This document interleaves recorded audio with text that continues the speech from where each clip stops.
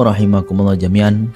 Beliau adalah Ummu Ruman binti Amir bin Uwaimir bin Abdi Syams bin Itab. Ya.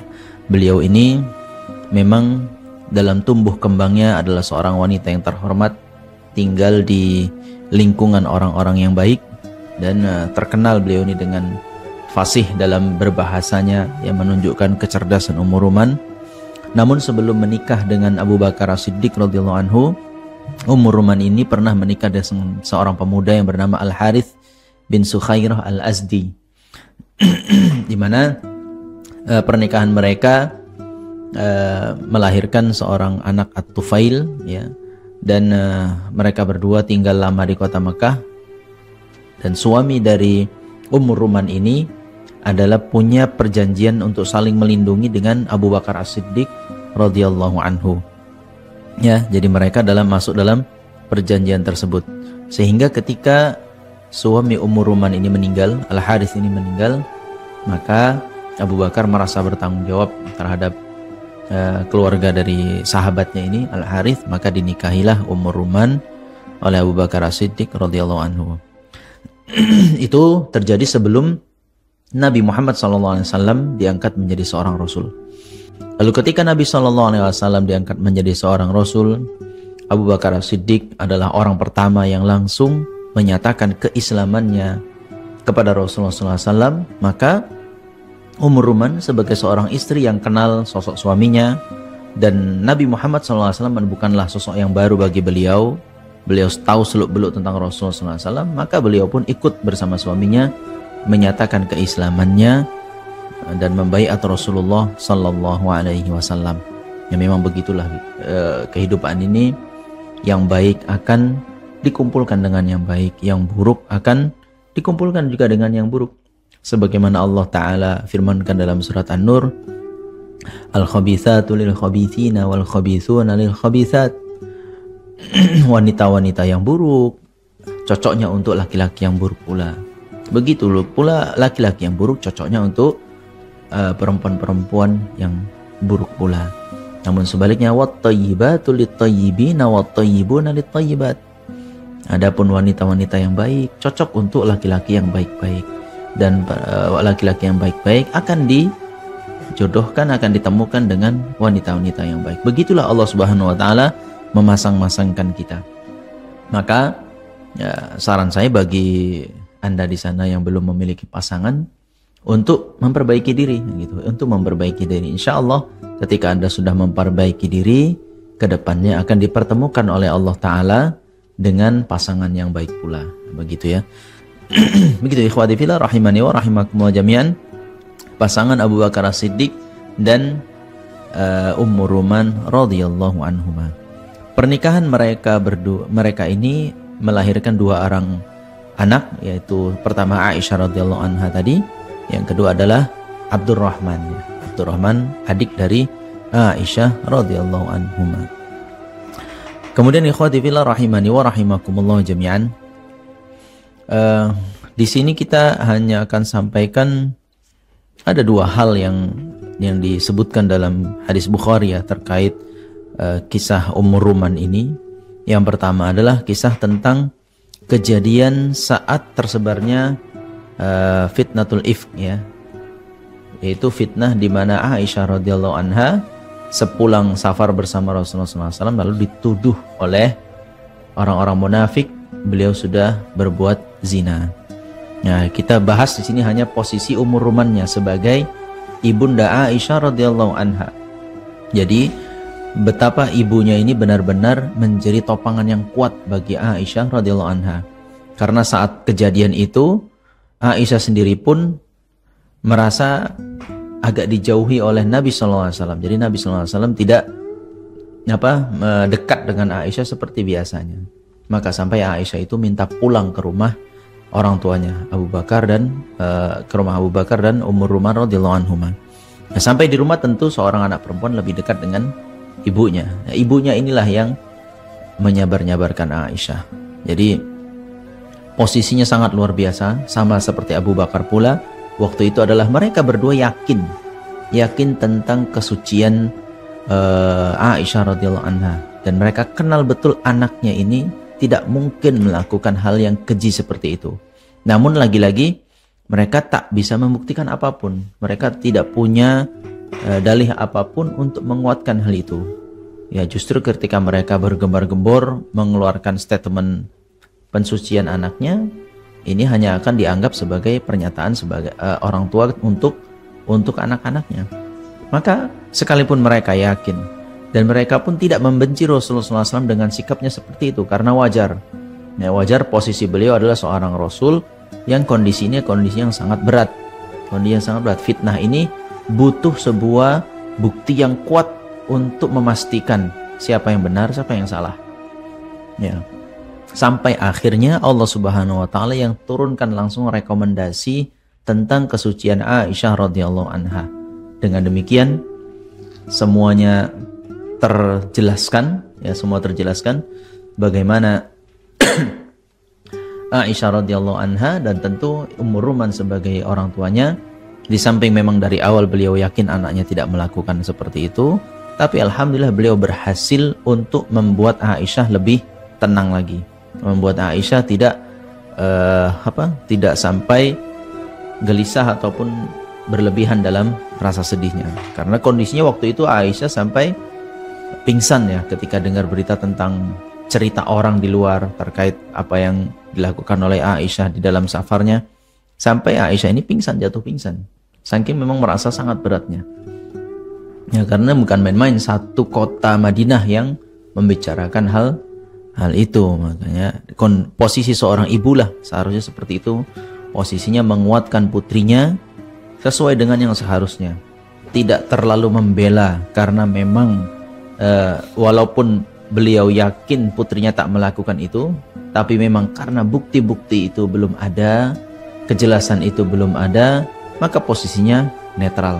Posisinya netral, tetap menyabarkan si anak agar teguh dengan pernyataannya. Karena Aisyah radhiyallahu anha jelas mengatakan dia tidak melakukannya. Ya, begitu. Dan yang menuduh pun hanya menuduh begitu saja, tidak ada sama-sama pembuktiannya belum kuat. Sampai akhirnya Allah Subhanahu wa taala menurunkan wahyu tentang sucinya Aisyah radhiyallahu anha.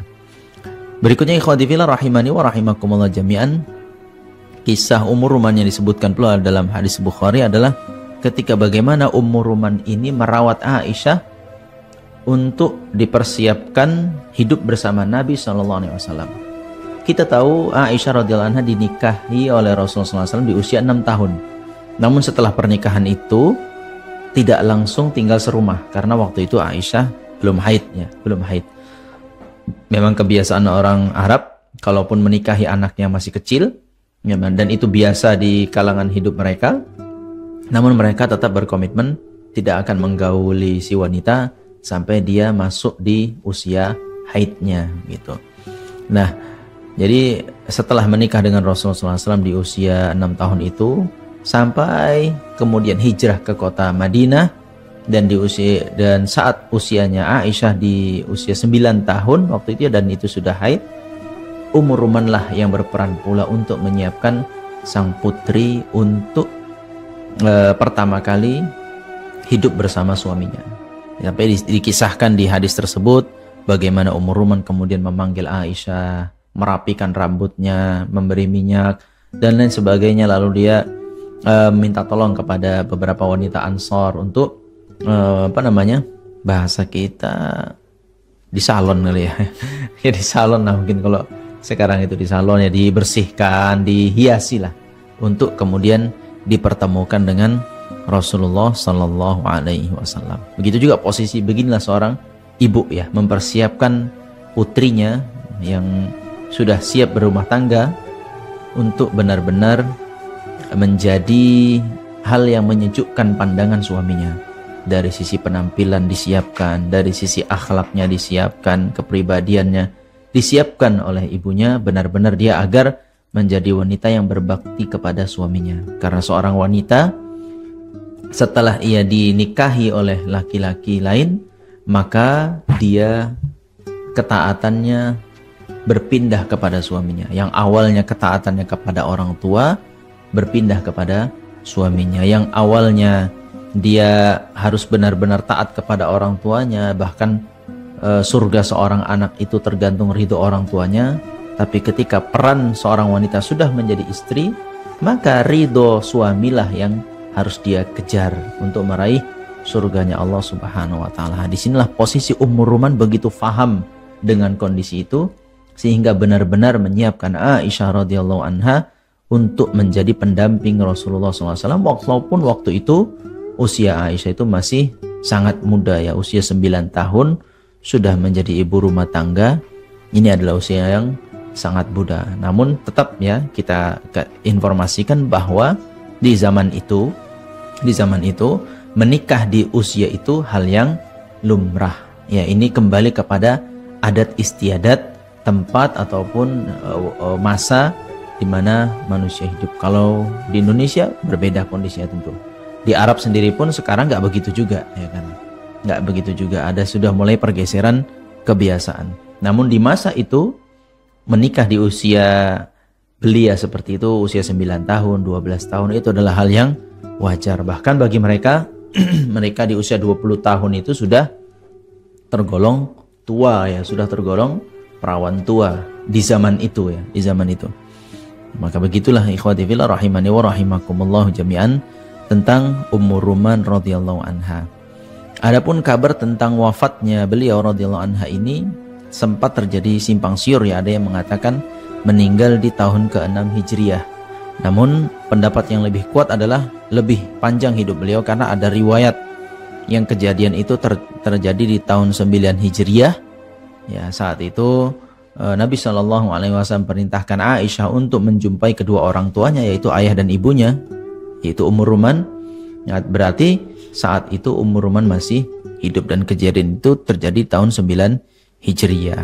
Namun tidak jelas ya, tidak jelas dikatakan dalam sejarah kapan tepatnya Ummu Ruman radhiyallahu anha ini meninggal dunia. Tapi begitu ya ikhwati fillah rahimani wa rahimakumullah jami'an. Sekelumit ya kita katakan, sedikit sekali memang pemaparan tentang Ummu Ruman ini, karena memang wanita-wanita solehah di zaman Rasulullah SAW, para sahabiat ini adalah sosok yang tidak banyak keluar gitu, susah dijumpai, sehingga hadis mereka pun sedikit dan kisah tentang hidup mereka pun tidak banyak diketahui oleh orang lain kecuali hanya dari keluarga dekatnya saja. Ya, jadi ibrah yang bisa kita ambil adalah di sana Ummu Ruman posisinya adalah sebagai seorang istri dari lelaki yang mulia, begitu luar biasa ya. Kemudian juga sosoknya sebagai seorang ibu yang mempersiapkan putrinya dinikahi oleh seorang utusan Allah Subhanahu wa taala. Ini adalah sebuah prestasi yang sangat besar. Mudah-mudahan istri-istri seperti Ummu Ruman ini ataupun ibu-ibu seperti Ummu Ruman ini banyak ya di kalangan kaum muslimin, sehingga mudah-mudahan banyak generasi-generasi kaum muslimin di kedepannya itu bisa ya paling tidak mengikuti jejak seperti Aisyah radhiyallahu anha, para putri-putrinya gitu. Demikian ikhwati fillah rahimani wa rahimakumullah jami'an. Berikutnya kita beralih ke Hamnah binti Jahsh ya. Hamnah binti Jahsh ini adalah saudari dari istri Rasulullah sallallahu alaihi wasallam, itu Zainab binti Jahsh ya. Hamnah binti Jahsh ini adalah seorang wanita yang luar biasa, yang kalau kita kenal sahabat Rasulullah SAW yang bernama Mus'ab bin Umair ya. Mus'ab Umair seorang sahabat yang wafat di perang Uhud, dan beliau adalah dai pertama yang dikirim oleh Rasulullah SAW dari Mekah ke Madinah, yaitu mempersiapkan hijrahnya kaum muslimin dari Mekah ke Madinah. Inilah Mus'ab bin Umair ya. Beliau juga yang terkenal pengorbanannya dalam masuk Islam, di mana beliau di usianya yang masih muda, kaya raya, dimanja oleh orang tuanya, penuh dengan keberlimpahan hidup, namun untuk mempertahankan keimanannya, beliau rela untuk meninggalkan semua kemewahan itu, lebih memilih Islam, walaupun setelah itu beliau hidup dengan penuh kemiskinan, dan beliau sabar sampai akhirnya bertemu dengan Allah Subhanahu wa taala. Ikhwati fillah rahimani wa rahimakumullah jami'an, inilah dia istrinya, yaitu Hamnah binti Jahash, ya, istri dari Mus'ab bin Umair radhiyallahu anhuma. Dan setelah meninggalnya Mus'ab bin Umair, beliau radhiyallahu anha dinikahi oleh Talha bin Ubaidillah, ya, salah satu pejuang Islam juga. Dan Hamnah ini ikut, ya, waktu di perang Uhud juga ikut. Di sana dia membantu kaum muslimin dalam memberikan minum, menyiapkan makanan, dan juga mengobati tentara-tentara yang terluka dalam medan perang. Ikhwati fillah rahimani wa rahimakumullah jami'an. Beberapa hal yang dikisahkan dalam hadis terkait Hamnah binti Jahash ini adalah, yang pertama yang terdapat dalam musnadnya Imam Ahmad, ya, dikisahkan oleh Abdurrahman Thabit, ya, Thabit an Abdullah bin Abdurrahman bin Abi Laila, bahwasanya Nabi SAW satu ketika melihat ada tali yang dipancangkan dari satu tiang Masjid Nabawi ke tiang yang lain. Jadi ada tali gitu yang diikatkan dari satu tiang ke tiang yang lain. Maka Nabi SAW bertanya, ini tali diikat punya siapa? Maka mereka menjawab, li Hamnah binti Jahash.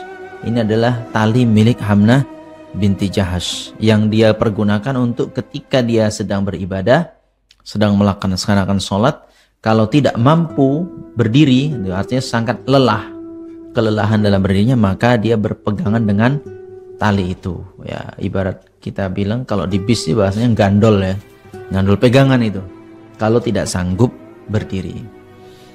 Maka kata Nabi SAW, hendaknya Hamnah ini melakukan sholat sesuai dengan kemampuannya. Kalau dia memang tidak mampu untuk berdiri, maka tidak mengapa dia sholat sambil duduk. Nah, ini juga salah satu riwayat yang faedahnya diambil oleh para ulama, bahwasanya boleh, ya, ketika tidak sanggup makmum dalam sholat berdiri, kan, misalnya sholat sunnah ini tentunya yang panjang-panjang, ya. Kalau sholat wajib tidak boleh terlalu panjang. Ini kalau sholat sunnah terlalu panjang imamnya dan makmumnya tak sanggup mengikuti berdiri terus bersama imam, boleh dia beralih dari berdiri ke duduk, ataupun nanti sujud dan rukuk dan sujudnya disesuaikan dengan kondisinya duduk seperti apa. Begitu, ya, ikhwati fillah rahimani wa rahimakumullah jami'an. Nah, berarti dari hadis itu kita bisa ambil faedah bahwa Hamnah ini adalah seorang wanita yang sangat rajin beribadah, ya, sangat getol dalam beribadah. Kemudian ikhwati fillah rahimani wa rahimakumullah jami'an, hadis lain yang mengenai tentang dari Hamnah, ya, binti Jahash ini adalah sebuah hadis yang diambil faedah pula oleh para ulama terkait tentang bagaimana penanganan seorang wanita yang mengeluarkan darah terus-menerus, ya. Jadi secara perhitungan kita katakan biasanya dia haid cuma 7 hari.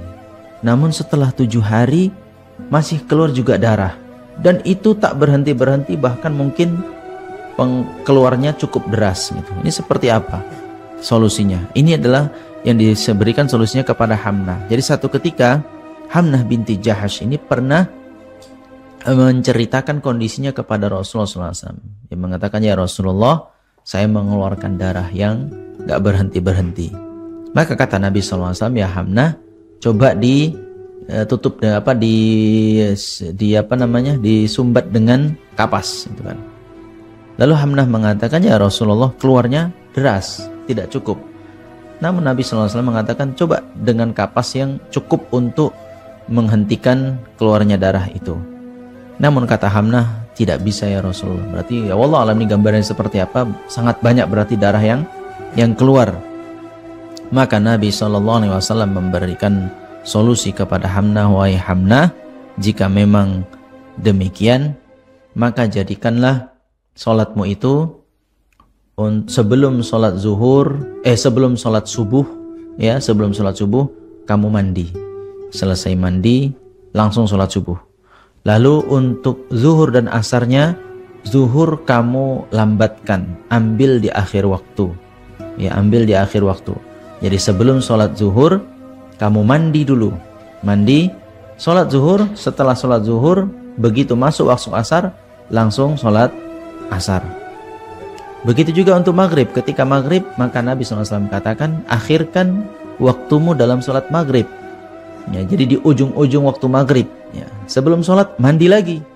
Mandi lagi, ya, mandi janabah nih maksudnya ya. Mandi lagi, lalu sholat maghrib. Begitu masuk waktu isya, langsung sholat isya. Beginilah cara yang diajarkan oleh Rasulullah SAW kepada Hamnah. Ya, begitu ikhwati fillah rahimani wa rahimakumullah jami'an. Jadi ini dalam fikih, darah ini disebut dengan darah istihadah. Darah istihadah ini kalau kita terjemahkan biasanya dengan darah penyakit, ya, darah yang keluar melebihi kebiasaan dalam haid. Maka Nabi SAW perintahkan pula untuk Hamnah, jadikan sholatmu dan puasamu dalam 1 bulan itu hanya 23 atau 24 hari saja. Jadi sisanya berlaku haid. Ya, berlaku haid. Dan setelah haid itu masih keluar darah juga, lakukan seperti itu. Karena kan orang kalau sudah istihadahnya sampai levelnya seperti Hamnah ini nggak berhenti-berhenti, keluar darah terus. Terkadang pun mereka kesulitan untuk membedakan kapan haidnya, kapan istihadahnya. Maka pakai tanggal tadi ya, pakai tanggal berapa biasanya sebelum kena penyakit ini, kapan tanggal haidnya, itu ditandai tanggal itu, dihitung sebagai tanggal haid. Nah, selebihnya dari itu dihitung, artinya kalau haid kan tidak sholat, tidak puasa ya. Dan lebih itu dianggap darah istihadah. Berarti tetap sholat dan juga tetap puasa, namun perilakunya seperti yang kita jelaskan tadi, tata caranya ya, yang disampaikan Rasulullah SAW kepada Hamnah radhiyallahu anha. Kemudian ikhwati fillah rahimani wa rahimakumullah jami'an, riwayat yang menceritakan tentang Hamnah binti Jahash ini adalah setelah usainya perang Uhud, ya, bagaimana Hamnah ini mendapatkan kabar tentang para syuhada yang meninggal di perang Uhud. Nah, saat usainya perang Uhud ini ikhwati fillah rahimani wa rahimakumullah jami'an, memang para sahabat sepulang dari medan perang mereka tidak diizinkan untuk menjawab siapa yang menjadi korban perang. Jadi kalau ada wanita-wanita yang menanyakan suaminya, ayahnya, adik atau kakaknya yang ikut di medan perang, mereka akan diam saja. Mereka menyerahkan jawaban itu kepada Rasulullah SAW. Mereka diarahkan bertanya langsung kepada Rasulullah SAW. Hingga pada akhirnya ketika Rasulullah SAW berjumpa dengan Hamnah, Nabi SAW berkata kepada Hamnah, ya Hamnah, ihtasibi akhaka Abdullah bin Jahash. Wahai Hamnah, doakanlah kebaikan untuk saudaramu Abdullah bin Jahash. Artinya apa? Saudaranya ini meninggal di medan perang, menjadi syuhada. Maka Hamnah pun mengatakan, inna lillahi wa inna ilaihi raji'un, rahimahullahu wa ghafara lahu. Semoga Allah Ta'ala merahmati dan mengampuni dosa-dosanya. Ternyata nggak berhenti, berikutnya Nabi SAW timpain lagi, ya Hamnah, ihtasibi khalaki Hamzah bin Abdul Muttalib. Wahai Hamnah, berdoalah kebaikan untuk pamanmu Hamzah bin Abdul Muttalib. Dia pun meninggal dunia. Maka Hamnah pun mengatakan, inna lillahi wa inna ilaihi raji'un, rahimahullahu wa ghafara lahu. Semoga Allah Ta'ala merahmatinya dan mengampuni dosa-dosanya. Lalu berikutnya ada lagi, Nabi SAW mengatakan, ya Hamnah, ihtasibi zaujaki Mus'ab bin Umair. Wahai Hamnah, doakanlah kebaikan untuk suamimu Mus'ab bin Umair. Yang ketiga ini jawabannya beda. Hamnah mengatakan, ya Harbah, aduhai perang ini mendatangkan keburukan yang sangat besar. Maka Nabi SAW bertanya kepada Hamnah, ya wahai Hamnah, kenapa yang ketiga ini jawabannya beda? Tidak seperti yang dua pertama kali. Ketika saudaramu kamu ucapkan inna lillahi raji'un, rahimahullahu wa ghafara lahu. Begitu juga ketika pamannya Hamzah, inna lillahi wa inna ilaihi raji'un, rahimahullahu wa ghafara lahu. Ketika suaminya Mus'ab bin Umair, kenapa kok jadinya ya Harbah? Kok sepertinya ada rasa yang berbeda ini dalam menimpali musibah ini. Apa kata Hamnah radhiyallahu anha? Beliau mengatakan,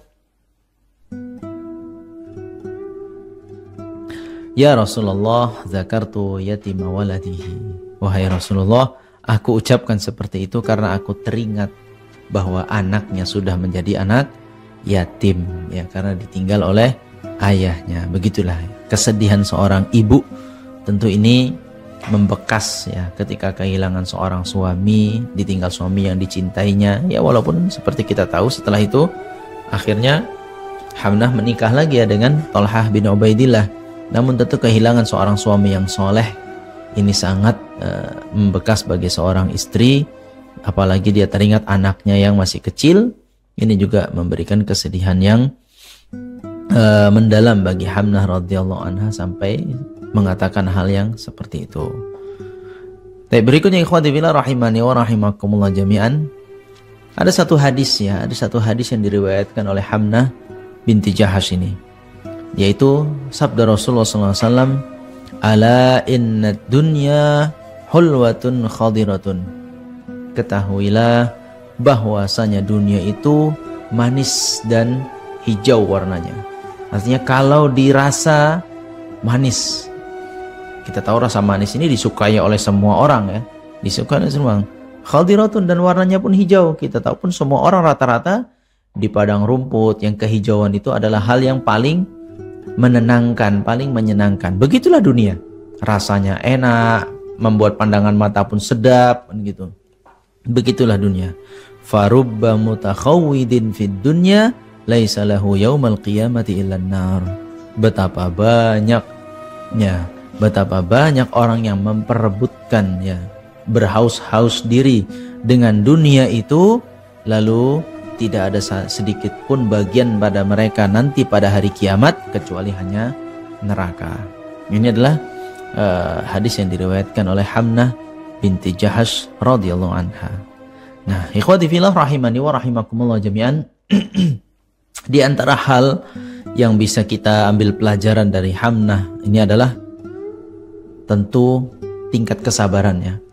Hamnah radhiyallahu anha mendampingi Mus'ab bin Umair ini bukan hal yang mudah ya.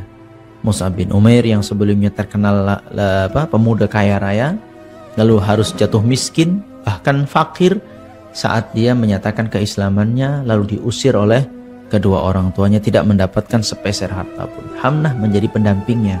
Sampai di Madinah pun Hamnah setia mendampingi Mus'ab bin Umair dalam mendakwahkan Islam, padahal kondisi kehidupan mereka waktu itu sangat menderita ya, sangat miskin, penuh dengan kekurangan. Namun Hamnah radhiyallahu anha setia mendampingi Mus'ab bin Umair sampai akhirnya ia dipanggil oleh Allah Subhanahu wa taala.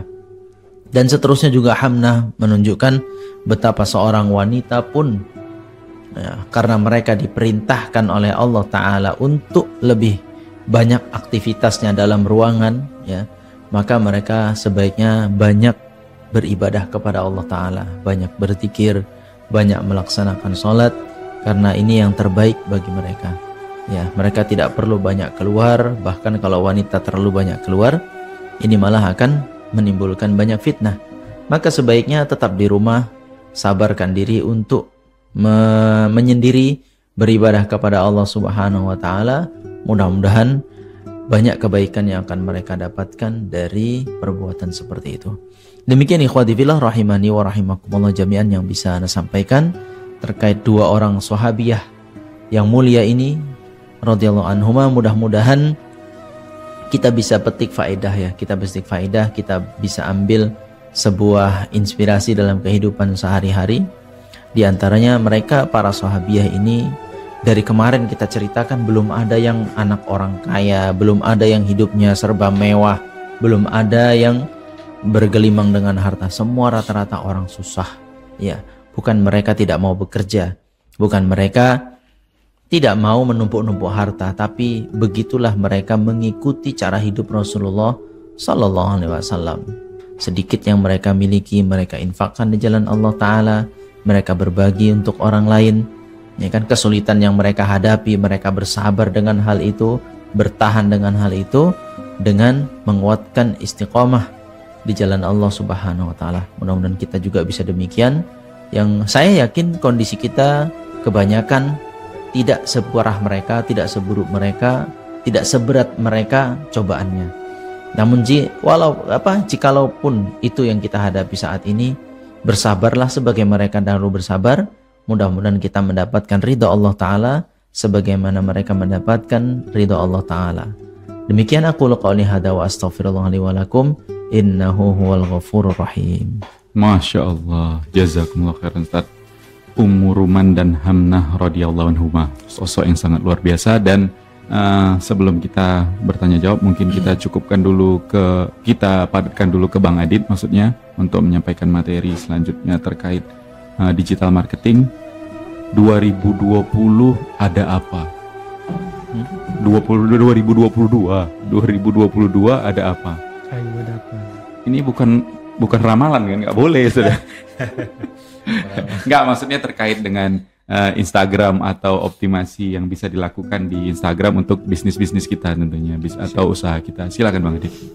Dan mohon ini apa namanya? Yang dihadirkan nggak ada ya? Udah dimakan tadi ya kan? Iya, untuk propertinya aja maksudnya biar seperti biasa. Di bawah tadi. Di bawah ya? Udah lah ya. Assalamualaikum warahmatullahi wabarakatuh. Kita panjang aja ininya Instagramnya. Silakan Bang Adit. Waalaikumsalam warahmatullahi wabarakatuh. Sebelumnya terima kasih buat abang kakak yang sudah mengirim produknya untuk di review di podcast bersama Makan Halal Medan dan Medan Mengaji. Hari ini ada satu orang lelaki. Ini tadi pagi udah kita coba nul langsung di lokasinya nih. Iya, Qadarullah dia datang lagi ya Mas. Dari Bang Rian Aji Syah Putra. Udah jumpa tadi kayak sama Bang Rian ini. Pakai kacamata tadi. Nama usahanya Nasi Kebuli Abu Yahya. Masya Allah. Cukup nasi aja yang kebuli. Orang nggak usah. Di Bromo? Di Bromo. Masya Allah. Dekat lah ya. Dekat. Dekat sama siapa tapi? Dekat sama kita. Jadi ya udahlah kan, karena tadi kita udah langsung Bang Rian ini jual nasi kebuli, woy. Jadi kan nasi kebuli cuma 10.000. Pakai sapi, walaupun tadi pas dirasa ini kayak rasa daging kambing ya kan. Bukan kayak enak ya, berarti itu jago dia buat rasanya. Pakai telur juga tapi setengah, pakai acar, bawang goreng asli. Jadi nggak pakai bawang goreng yang nggak asli itu kan. Maksudnya banyak juga bawang goreng yang dia dominan tepung kan. Jadi dia Bang Rian ini bawang goreng asli, dipotong-potongnya digoreng, diletakkan di atas nasi kebulinya.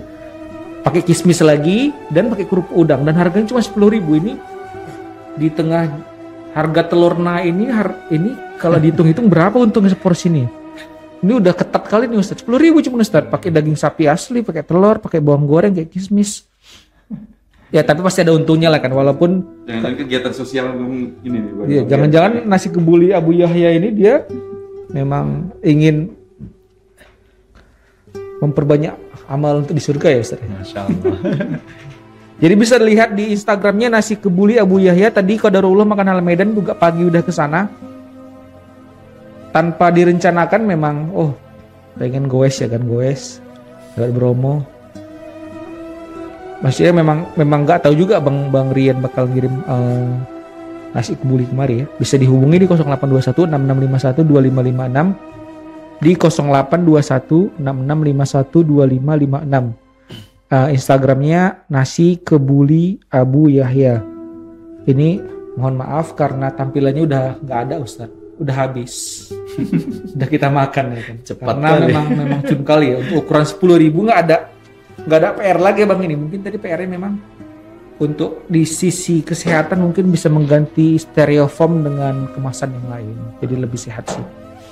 Oke, 2022 ada apa? Ini sebenarnya ini promosi program Makan Halal Medan loh. Oh gitu. Iya. Ada podcast berarti. Kita udah tahu. Enggak lah, memang di 2022 ini kan ini lebih ke umum sih ya. Pertama memang biasanya kan banyak digital agency itu dia bikin outlook 2021 ke belakang dan apa yang bakal terjadi 2022. Nah, salah satu yang sering dijadikan acuan itu kan yang dikeluarkan oleh agensi Hootsuite itu kan. Tapi Ana belum melihat, tapi ini lebih ke apanya dia? Lebih ke yang general aja. Jadi memang Instagram bakal lebih concern dia ke video, ke pembuatan video. Jadi bakal terus menganak-emaskan video. Yang kedua adalah sekarang TikTok itu menjadi aplikasi ketiga paling banyak pengguna. Iya, diantar lagi. Masih kemuliaan tadi. Udah ya.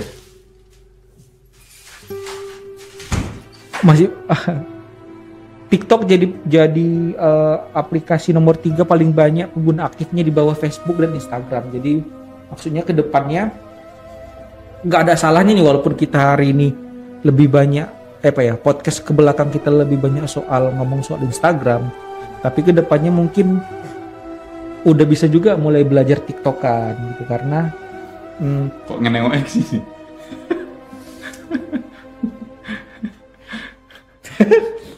Jadi udah mulai juga mau yang belajar TikTokan, bisa belajar algoritmanya.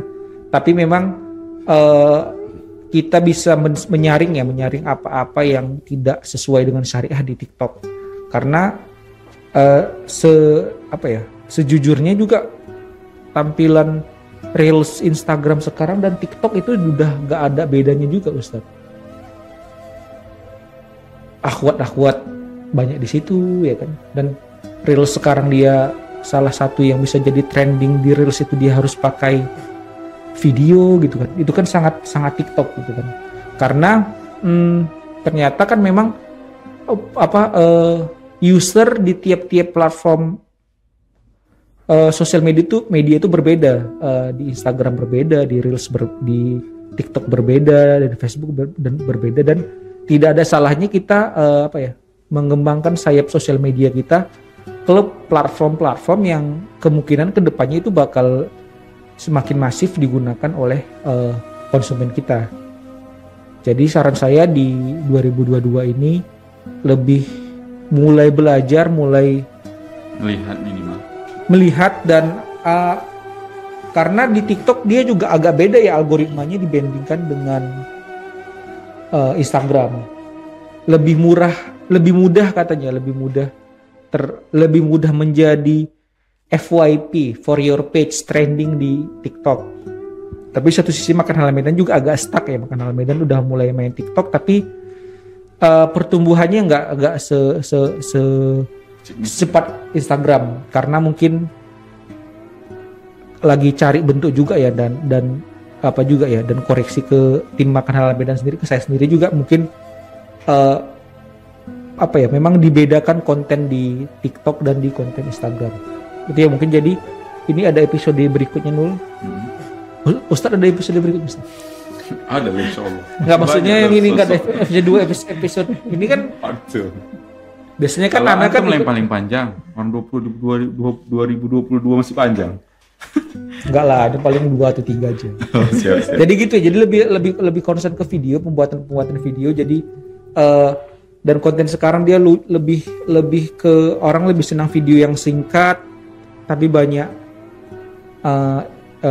info yang dapat. Dan selanjutnya di 2022 Makan Halal Medan insya Allah bakal banyak program-program baru. Kita nanti ada rencana bikin podcast gitu kan. Jadi podcastnya nanti mungkin mengundang pengusaha-pengusaha di Medan juga. Jadi yang selama ini mungkin ngirim-ngirim produk aja mungkin nanti dihadirkan di podcastnya gitu, Ustadz. Udah ada konsepnya, nanti mungkin Husnulnya kan salah. Hostnya Husnul sama Bang Jiang mungkin nanti. Tapi udah siapin konsepnya.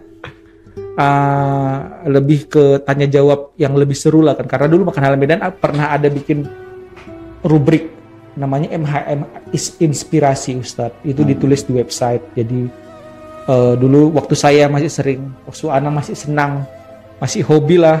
Masih hobi ya? Masih punya waktu untuk menulis artikel.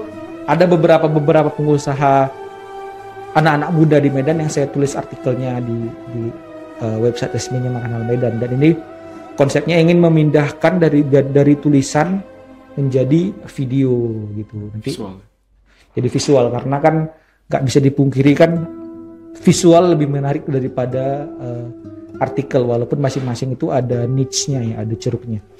Jadi semoga Allah mudahkan nanti. Amin. Untuk awal kita cek ombaknya itu dalam 2 minggu sekali. Kalau nanti bagus engagementnya mungkin seminggu sekali lah ya. Nggak mungkin setiap hari kan, agak susah. Makin nggak ke studio nanti Bang Jiam. Jadi nanti itu juga, dan nanti insya Allah bakal ada event lah mungkin yang akan dibuat Makan Halal Medan. Jangan sampai terlewat. Itu aja kali ya. Semoga Allah mudahkan. Amin. Allahumma. Itu aja kali ya. Baik, Bang Adit, jazakumullah khairan. Lebih ke promo Makan Halal Medan ini ya, kan jarang juga ya.